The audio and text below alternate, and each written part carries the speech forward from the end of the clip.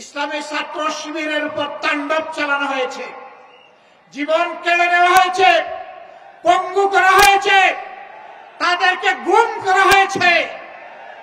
কিন্তু ইসলামী ছাত্র শিবির কারো কাছে মাথা নত করে না।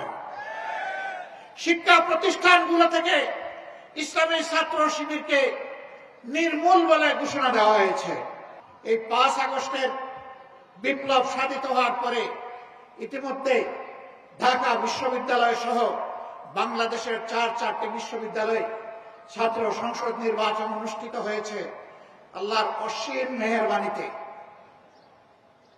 ছাত্র এবং ছাত্রীদের ভালোবাসা সিক্ত হয়ে ইতিহাসের নতুন রেকর্ড তৈরি করে ইসলামী ছাত্র শিবির তারা সফলতা অর্জন করতে সক্ষম হয়েছে।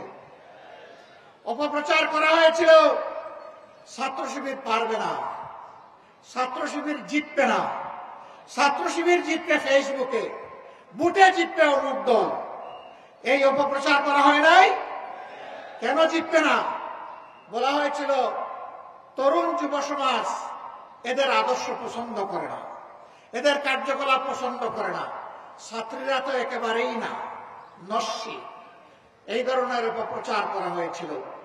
সকল অপপ্রচারের মুখে ছাই মেরে ছাত্র সমাজ, ছাত্রী সমাজ প্রমাণ করেছে ছাত্র শিবিরই তাদের আস্থার ঠিকানা।